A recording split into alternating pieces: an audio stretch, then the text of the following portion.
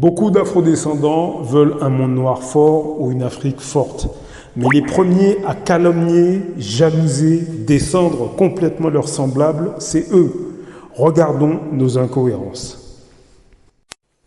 Blaf, bonjour, Africains, Africaines, Afrodescendants, Afrodescendantes, je vous salue.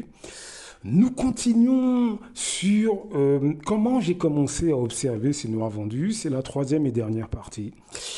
Donc, par rapport à ce que je disais la dernière fois, je me suis rendu compte avec les années, donc en allant dans un certain nombre de milieux en France, quand je vivais encore en France à l'époque, je me suis rendu compte qu'un grand nombre de Martiniquais, de Guadeloupéens, de Guyanais, de Congolais, de Togolais, etc., natifs ou d'origine de nos pays, lorsqu'ils se retrouvaient dans des milieux entourés d'occidentaux, etc., ils méprisaient ouvertement leur pays d'origine, nos cultures. Et il y a une caractéristique commune à toutes ces personnes. C'est, encore une fois, c'est une catégorie de gens qui sont comme ça en France, mais aussi dans tous les pays du monde.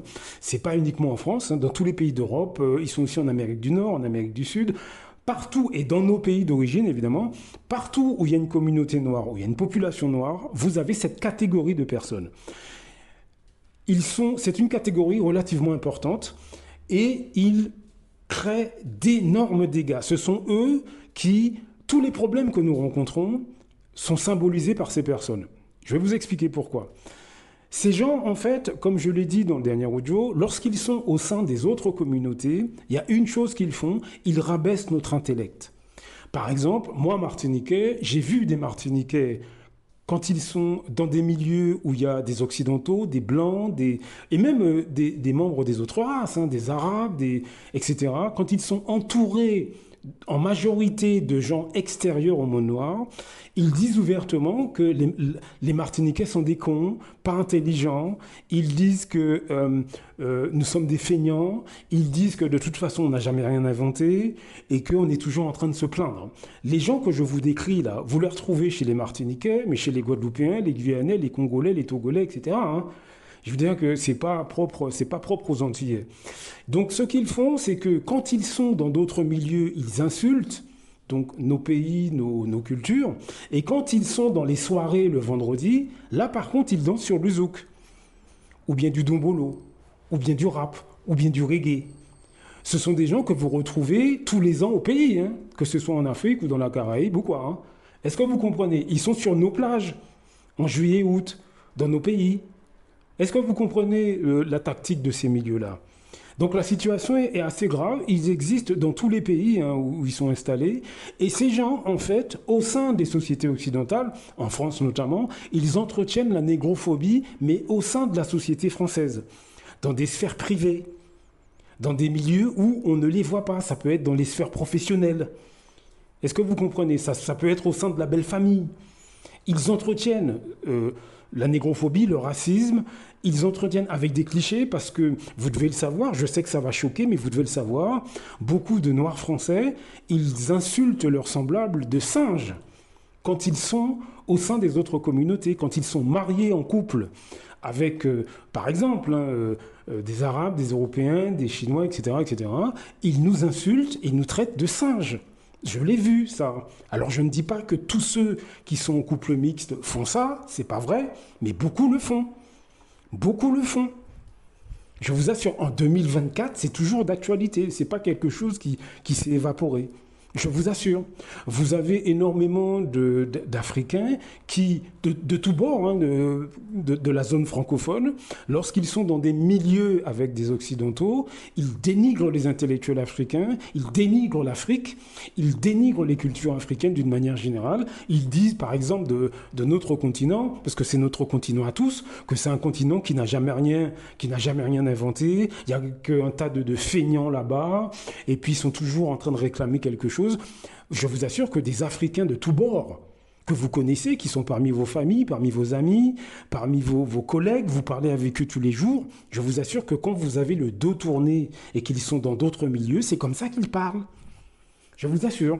Des Martiniquais pareil, des Guadeloupéens pareil, des Guyanais pareil, et c'est une catégorie de gens en France, mais aussi dans d'autres pays, qui, à l'insu finalement de nos sociétés, qu'elles soient africaines ou afro-antillaises, etc., à l'insu de nos communautés, eh bien, ils entretiennent les clichés racistes, ils poussent les autres communautés à dénigrer les afrodescendants. Ils le font en pleine conscience, hein. Ils sont sûrement aliénés, mais ils sont tout à fait conscients de leurs actes. C'est ce que j'ai observé chez ces gens. La situation est beaucoup plus grave qu'il n'y paraît, je vous assure. Donc j'ai observé ces gens pendant une vingtaine d'années, j'ai vraiment pris note de ce qu'ils font, et à un moment donné, je me suis dit, mais qu'est-ce que... Bon, c'est bien, d'accord, bon, ok, t'as constaté, mais qu'est-ce que tu en fais?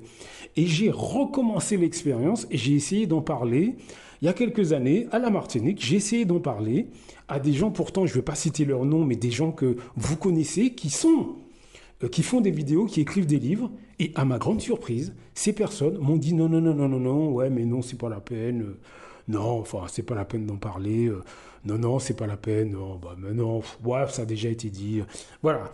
Donc, je me suis retrouvé une fois de plus, parce que j'avais déjà, je vous ai expliqué que dans le dernier ou l'avant-dernier audio, je vous avais expliqué hein, que j'avais déjà essayé d'en parler à l'époque et je m'étais retrouvé confronté à des gens pareils, des Martiniquais, des Antillais ou des Africains, qui m'avaient dit non, non, non, non, non, non, ben non, bon, ben non. Et je me suis rendu compte, une fois de plus, il y a quelques années, que ce sujet-là, les gens ne veulent pas en parler parce que sûrement ils en profitent eux-mêmes.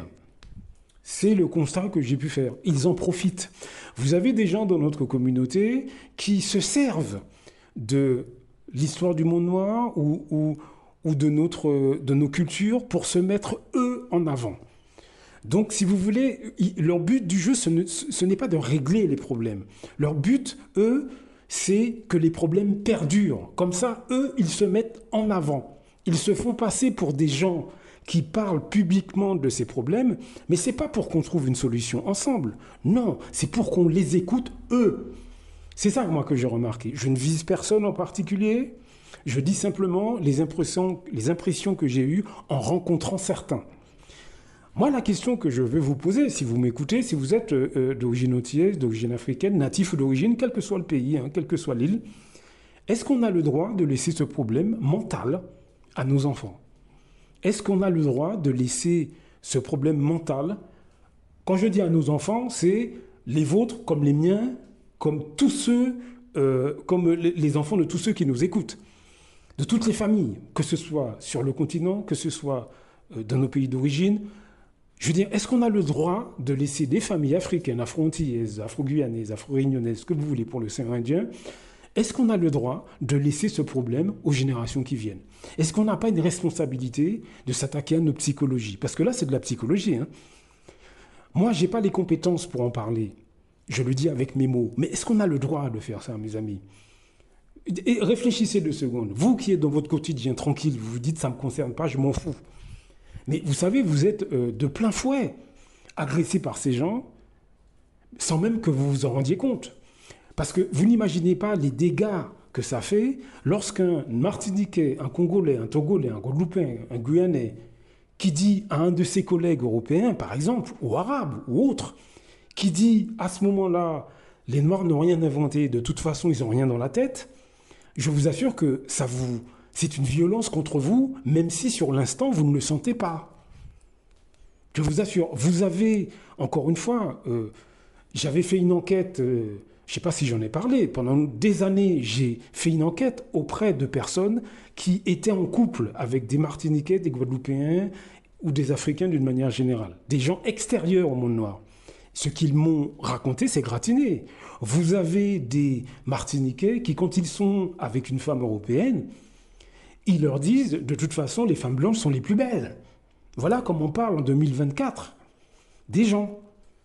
Vous avez des hommes africains et des femmes africaines d'ailleurs, qui disent à leurs conjoints des autres qui viennent d'une autre communauté extérieure au monde noir, que heureusement qu'ils ont eu des enfants métissés parce qu'ils ne supportent pas les enfants noirs.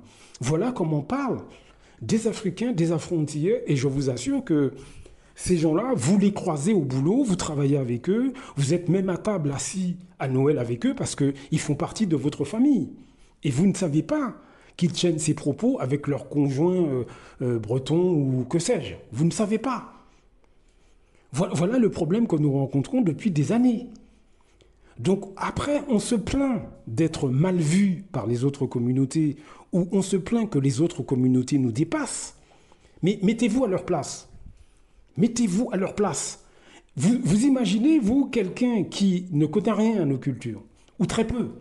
Parce que c'est pas parce qu'on danse sur du zouk ou du rap qu'on connaît les cultures noires. Ça n'a strictement rien à voir. Vous imaginez quelqu'un qui côtoie dans son quotidien un Africain ou un Afro-Antillais, homme ou femme, qui dit à longueur de journée, les Noirs n'ont rien inventé, les Noirs sont moches, les Noirs puent. Parce que vous avez des Africains et des Antillais qui parlent comme ça à leurs conjoints étrangers, hommes comme femmes. Hein. Vous imaginez quelqu'un qui entend ça à longueur de journée. Mais pour peu que la personne soit pas très cultivée, quand elle vous voit, quand elle arrive au boulot, qu'elle vous voit, qu'est-ce que vous voulez qu'elle pense? Quand vous allez passer un entretien, par exemple, celui qui vous reçoit, s'il a quelqu'un dans son entourage qui parle comme ça, quand vous arrivez dans le bureau, quand il vous regarde, qu'est-ce que vous voulez qu'il pense?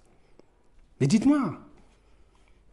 Eh bien, c'est pour ça que je fais ces audios et ces vidéos. C'est parce que je veux que vous preniez conscience que ça vous atteint.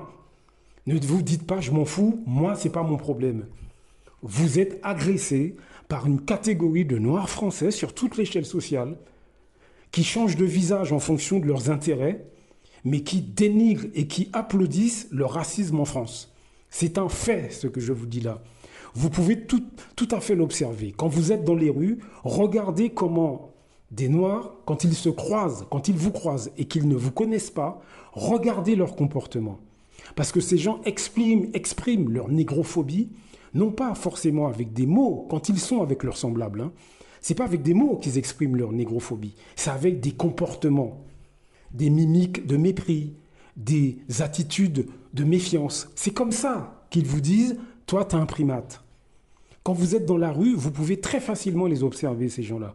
Regardez quand ils croisent un autre noir, comment ils se comportent. Vous allez vous apercevoir que dans 9 cas sur 10, Paris et sa banlieue, et même dans nos pays d'origine, quand ils croisent un autre noir qu'ils ne connaissent pas, eh ben ces gens bombent le torse, les hommes noirs bombent le torse, sont prêts à péter la gueule à l'homme noir qu'ils croisent, sans raison. Hein.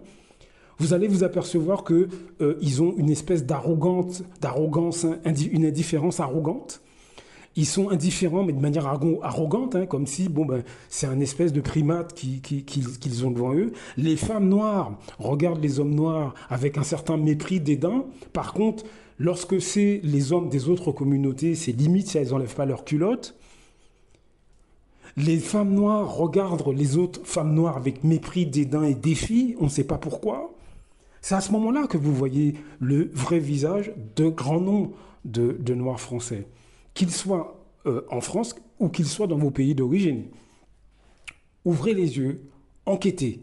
Voilà, c'est le 3e volet du pourquoi je fais toutes ces vidéos. J'espère que j'ai été clair et que vous comprenez mieux ma démarche. Blaf! À très bientôt. Beaucoup d'Africains se lèvent contre des autres Africains. C'est généralement à travers la corruption. L'Europe, l'Occident le sait. La meilleure façon de faire tomber un Africain qui se lève pour les intérêts des Africains, il faut aller corrompre ses amis ou ses compatriotes. C'est comme ça, c'est toujours à cause de l'argent. Celui qui a fait tomber son cara, il a fait beaucoup. C'est parce qu'il voulait être son cara à la place de son cara.